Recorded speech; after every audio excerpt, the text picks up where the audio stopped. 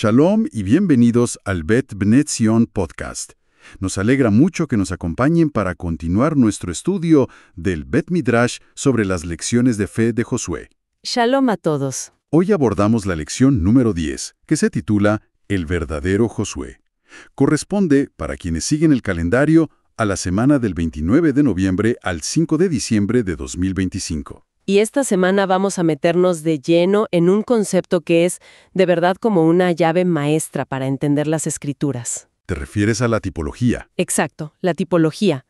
Veremos que la vida de Josué, sus batallas, sus conquistas, no son solo una crónica antigua. En realidad, todo eso es como una sombra que apunta hacia alguien mucho más grande. Me gusta mucho esa imagen, la de la sombra. Es como ver la silueta de una persona antes de que entre a la habitación. Ya sabes la forma, pero te falta el detalle, la sustancia. Justo eso.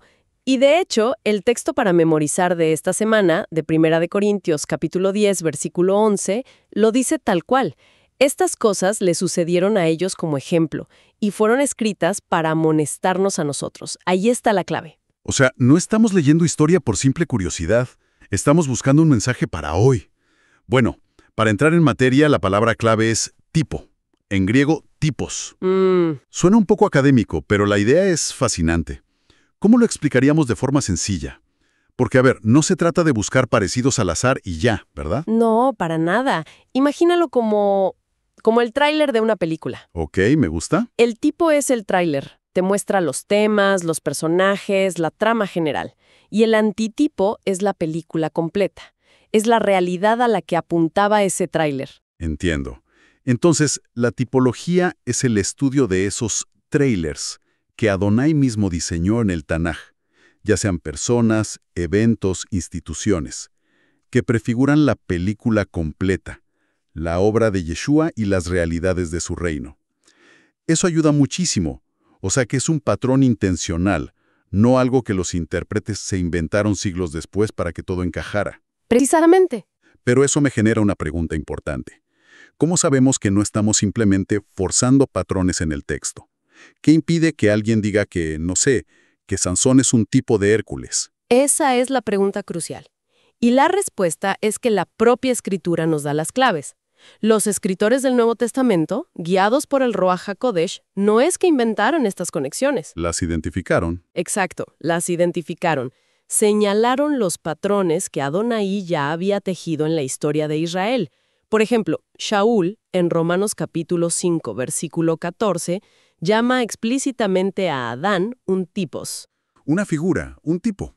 Sí, una figura de aquel que había de venir, o sea, de Yeshua. Ambos son como cabezas representativas de la humanidad. Uno que trae la muerte. Y el otro la vida. La conexión está hecha por la misma Escritura. Justo. No por nuestra imaginación.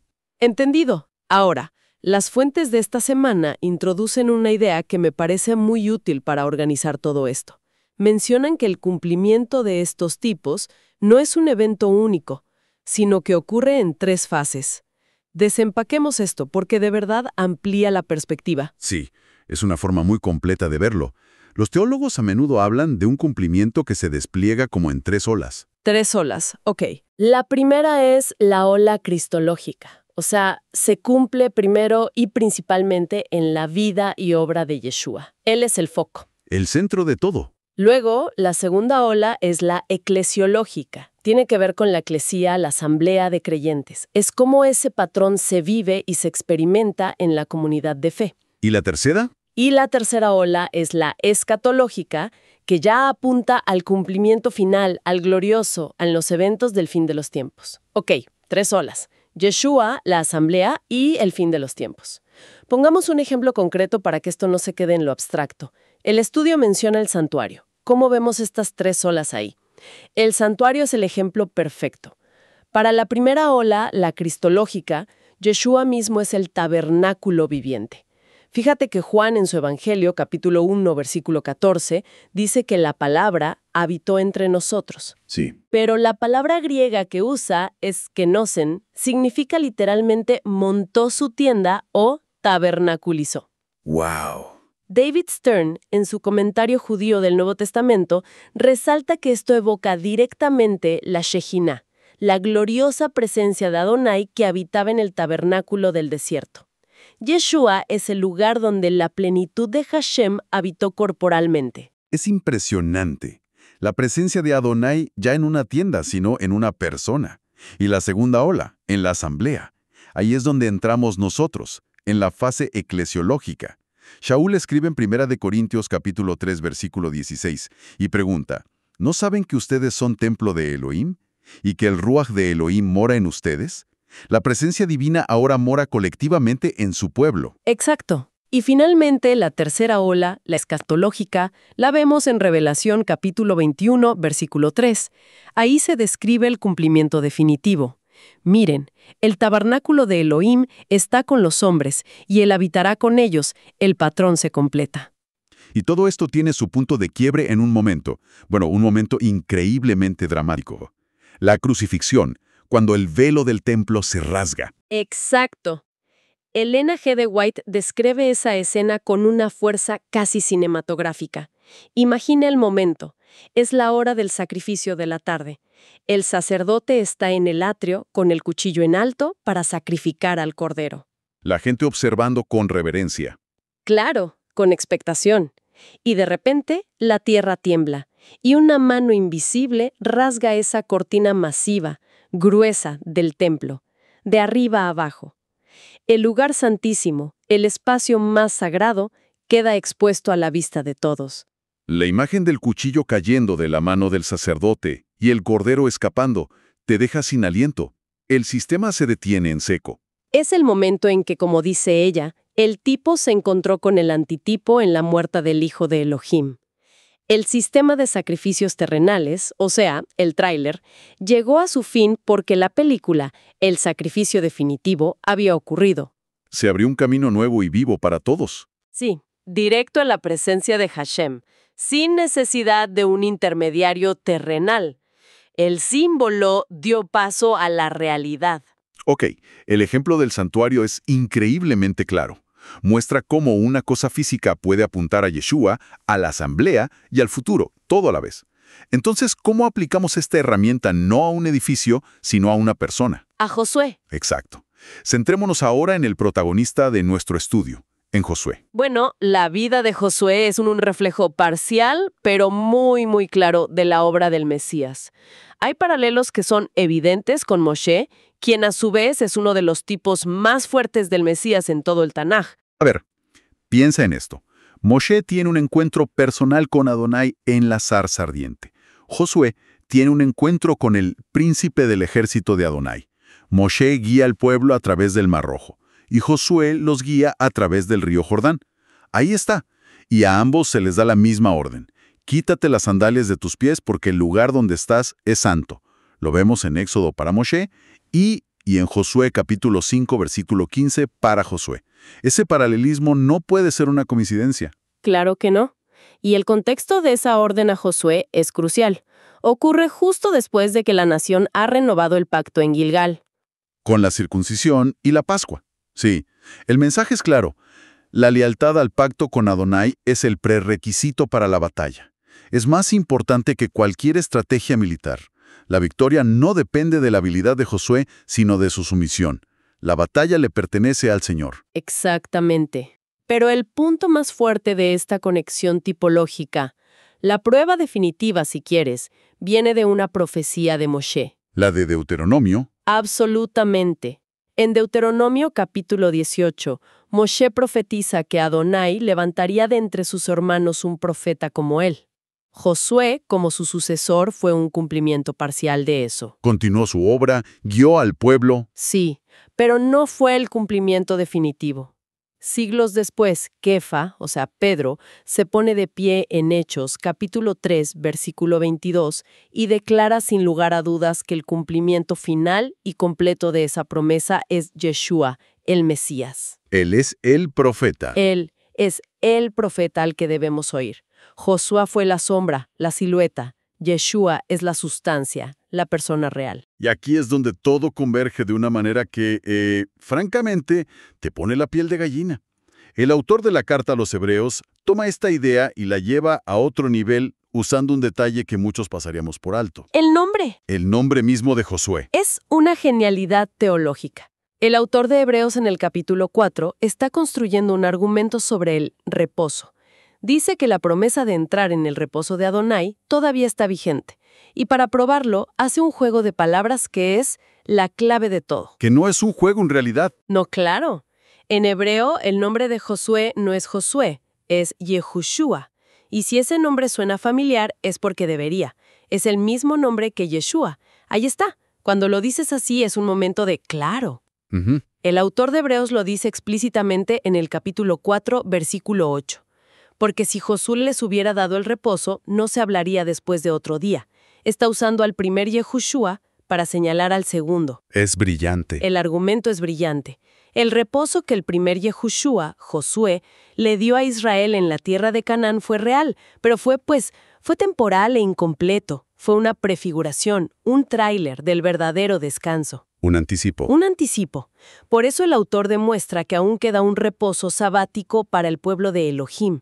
El descanso de Josué en Canaán fue una sombra del verdadero y eterno descanso que solo el verdadero y final Yehoshua, nuestro Yeshua, puede dar. Entonces, la conquista de Canaán, con todas sus batallas y estrategias, en realidad prefiguraba una batalla mucho más grande y de consecuencias eternas. Precisamente, Yeshua es el verdadero guerrero divino. Si lo piensas, su bautismo en el Jordán, el mismo río que cruzó Josué, es como su cruce simbólico hacia el conflicto. Claro, su vida, muerte y resurrección son la verdadera conquista sobre nuestros enemigos espirituales, el pecado, la muerte y el acusador. Shaul lo dice en Efesios, capítulo 4, que al ascender a lo alto llevó cautiva la cautividad. Es una imagen militar. Conquistó a nuestros conquistadores. Exacto. Él es quien nos da la verdadera herencia espiritual y el descanso definitivo del que Canaán era solo un pequeño anticipo. Y esto nos lleva a la pregunta inevitable. ¿Qué significa todo esto para nosotros hoy? Las batallas de Josué fueron físicas, con espadas, ejércitos, murallas que caían. ¿Cómo se traduce eso en nuestra experiencia en el siglo XXI? Pues los escritores del Nuevo Testamento toman esta tipología militar y la aplican directamente a la vida de la asamblea. Nuestra lucha, como dice Shaul en Efesios capítulo 6, versículos 11 y 12, no es contra sangre y carne. Sino contra principados, contra potestades. Es una guerra espiritual. Y por eso se nos llama a vestirnos con toda la armadura de Elohim. No luchamos con armas físicas, sino con la verdad, la justicia, la fe. Son armas espirituales para una batalla espiritual. Y supongo que lo mismo aplica a la herencia y al reposo. No estamos esperando una parcela de tierra literal. No. También tienen su contraparte espiritual aquí y ahora. Así es. La carta a los Hebreos en ese mismo capítulo 4 nos dice que queda un reposo sabático para el pueblo de Elohim. Y no habla solo de una promesa futura. Es un descanso en la gracia, en la obra consumada de Yeshua que podemos experimentar hoy. Al dejar de confiar en nuestros propios esfuerzos y descansar en los suyos. Exacto. Y por supuesto, también está la promesa escatológica, la ola final, la herencia completa en la tierra nueva, cuando el tabernáculo de Elohim esté con la humanidad para siempre. La lección plantea una pregunta muy desafiante, casi una confrontación, basada en las palabras de Josué en el capítulo 18, versículo 3. ¿Hasta cuándo serán negligentes para ir a poseer la tierra que les ha dado Adonai, el Elohim de sus padres? Si el verdadero Josué, Yeshua, nos hiciera esa pregunta hoy, ¿cómo sonaría? Sería, creo, un llamado a la acción espiritual. Un llamado a no ser indiferentes, a no ser pasivos, a tomar posesión activamente de la herencia espiritual que se nos ofrece por la fe. Dejar de dar vueltas en el desierto. Sí, es una invitación a dejar de dar vueltas en el desierto de la duda o la complacencia y a cruzar nuestro Jordán personal para vivir en la victoria que Yeshua ya ganó para nosotros. En última instancia, es un llamado a reflejar el carácter del Mesías, así como Josué reflejó el carácter de Adonai. Como dice 2 de Corintios, capítulo 3, versículo 18, al contemplar la gloria del Maestro somos transformados a su misma imagen. Exactamente. Para cerrar nuestro estudio, hay un pensamiento final de los escritos de Elena G. de White que me parece una advertencia muy poderosa. Sí. Ella señala que muchos en la época de Yeshua no lo reconocieron precisamente porque sus expectativas estaban fijas en el tipo equivocado de Mesías. Es un punto crucial y muy aleccionador. Esperaban un conquistador terrenal, un libertador político, un Josué literal que los liberara de Roma con poder militar. Se aferraron a sus interpretaciones. Se aferraron a sus interpretaciones de los tipos y las ceremonias con tanta fuerza que cuando llegó el antitipo, la realidad misma, no lo vieron. Es como si estuvieran tan concentrados en el tráiler que se salieron del cine antes de que empezara la película. Es una buena analogía. Demandaban señales de poder militar en lugar de un salvador que sanara el corazón. Y eso nos deja con una pregunta para reflexionar durante toda la semana. Ahora que hemos estudiado estos tipos y hemos visto su asombroso cumplimiento en Yeshua, la pregunta resuena para nosotros. La pregunta es, ¿cómo nos aseguramos de que nuestras propias tradiciones, nuestras expectativas culturales o nuestras ideas preconcebidas no nos cieguen?